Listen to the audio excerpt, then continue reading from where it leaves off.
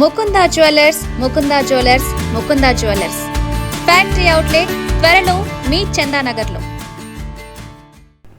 మన కొలెస్ట్రాల్ స్థాయిని కొంచెం తగ్గించగలిగితే గుండె రక్తనాళాల్లో ఏర్పడే అడ్డంకులు లాంటి సమస్యలు వచ్చే అవకాశాన్ని రాబోయే 5 ఏళ్లలో దాదాపు 20% వరకు తగ్గించవచ్చు. గుండె రక్తనాళాల్లో అడ్డంకులు ఏర్పడితే రక్తం సరఫరా సరిగా ఉండదు. దానివల్ల గుండెపోటు వచ్చే ప్రమాదం ఉంది.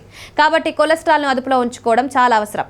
ఆరోగ్యకరమైన ఆహారం, డాక్టర్ల సలహా పాటించడం ద్వారా దీన్ని సాధించవచ్చు. ట్రాన్స్ ఫ్యాట్స్ అని పిలిచే కొన్ని రకాల అసంతృప్త కొవ్వులు ఎక్కువ మొత్తంలో తీసుకుంటే గుండె జబ్బులు వచ్చే అవకాశం పెరుగుతుంది. ఇవి సాధారణంగా ప్రాసెస్ చేసిన ఆహారాల్లో, వేయించిన పదార్థాల్లో ఎక్కువగా ఉంటాయి.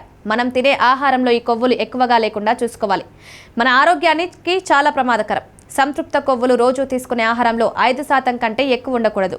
ఇవి ఎక్కువగా జంతు సంబంధిత ఆహారాల్లోనూ, నూనెల్లోనూ ఉంటాయి.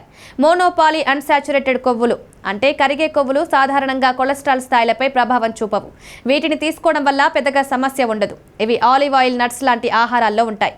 కొబ్బరి తింటే కొలెస్ట్రాల్ స్థాయిలు పెరుగుతాయని చాలా మంది అనుకుంటారు. కానీ ఇది నిజం కాదు. కొబ్బరిలో ఉండే కొవ్వు ఆమ్లాలు మన శరీరంలోని కొలెస్ట్రాల్ స్థాయిలను ఏమీ చేయవు. కొబ్బరిలో మీడియం చైన్ ట్రైగ్లిజరైడ్స్ ఉంటాయి. ఇవి అంత ప్రమాదకరమైనవి కావు. కొబ్బరి తినడం వల్ల కొలెస్ట్రాల్ పెరుగుతుందని భయపడాల్సిన అవసరం లేదు. కానీ ఏదైనా ఎక్కువ మొత్తంలో తీసుకుంటే అనారోగ్యమే. కాబట్టి కొబ్బరిని కూడా మితంగా తీసుకోవడం మంచిది. మనం తినే ఆహారంలోని కొవ్వుల గురించి తెలుసుకోవడం, వాటిని సరైన మొత్తంలో తీసుకోవడం, మన జీవన విధానాన్ని మార్చుకోవడం ద్వారా గుండె సంబంధిత సమస్యలు తగ్గించుకోవచ్చు. ఆరోగ్యకరమైన ఆహారం తీసుకోవడం, క్రమం తప్పకుండా వ్యాయామం, డాక్టర్ల సలహా పాటించడం ద్వారా గుండె జబ్బుల నుండి కాపాడుకోవచ్చు.